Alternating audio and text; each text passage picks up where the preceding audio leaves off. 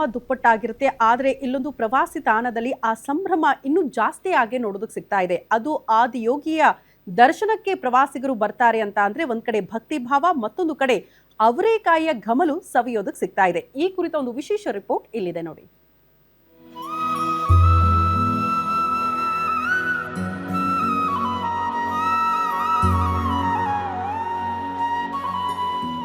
ಚಿಕ್ಕಬಳ್ಳಾಪುರ ತಾಲೂಕಿನ ಆವಲಗೊರಕೆ ಗ್ರಾಮದ ಬಳಿ ತಲೆ ಎತ್ತಿ ನಿಂತಿರೋ ಆ ಬೃಹತ್ ಆದಿಯೋಗಿ ನಿತ್ಯ ಸಾವಿರಾರು ಜನರನ್ನ ಸೆಳೆಯೋ ಈ ತಾಣದಲ್ಲಿ ಈಗ ಸಂಕ್ರಾಂತಿ ಸುಗ್ಗಿ ಹಬ್ಬದ ಸಂಭ್ರಮ ಮನೆ ಮಾಡಿದೆ. ಚಿಕ್ಕಬಳ್ಳಾಪುರ ತಾಲೂಕಿನ ಆವಲಗೊರಕೆ ಗ್ರಾಮದ ಬಳಿ ಇರುವ ಈಶಾ ಫೌಂಡೇಶನ್ ವತಿಯಿಂದ ಹಮ್ಮಿಕೊಂಡಿರುವ ಗ್ರಾಮೋತ್ಸವ ಪ್ರವಾಸಿಗರಿಗೆ ಹಬ್ಬದೂಟದ ಸವಿಯನ್ನ ಉಣಬಡಿಸುತ್ತಿದೆ.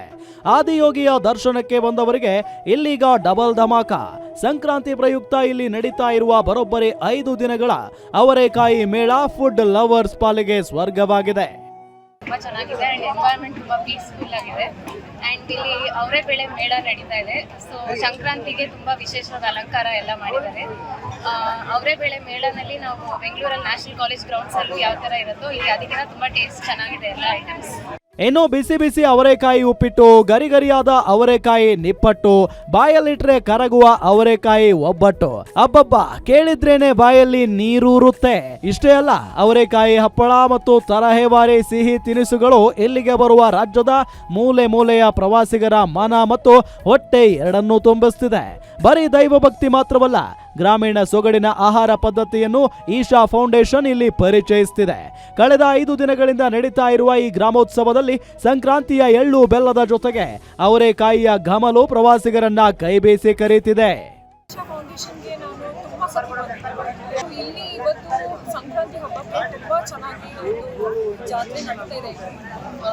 ಊಟ ಎಲ್ಲ ಹೆಲ್ತಿ ಆಗಿದೆ. ಅವರೆಕಾಳು ಅದೊಂದು ಮೇನ್ ಐಟಮ್ ಅಂತ ಇಟ್ಕೊಂಡು ಅದಕ್ಕೂ ತುಂಬ ವೆರೈಟಿ ಡಿಶಸ್ ಮಾಡಿದ್ದಾರೆ. ಒಂದೊಂದು ಟೇಸ್ಟ್ ತುಂಬ ಚೆನ್ನಾಗಿದೆ. ಒಟ್ಟಿನಲ್ಲಿ ಸುಗ್ಗಿ ಹಬ್ಬದ ಈ ಸಂದರ್ಭದಲ್ಲಿ ಚಿಕ್ಕಬಳ್ಳಾಪುರದ ಈಶಾ ಫೌಂಡೇಶನ್ ಒಂದು ಕಡೆ ಆಧ್ಯಾತ್ಮಿಕ ತಾಣವಾದ್ರೆ ಮತ್ತೊಂದು ಕಡೆ ಭೋಜನ ಪ್ರಿಯರ ಹಾಟ್ಸ್ಪಾಟ್ ಆಗಿ ಬದಲಾಗಿರೋದಂತೂ ಸುಳ್ಳಲ್ಲ. Rajappa, guarantee news, Chikkaballapur.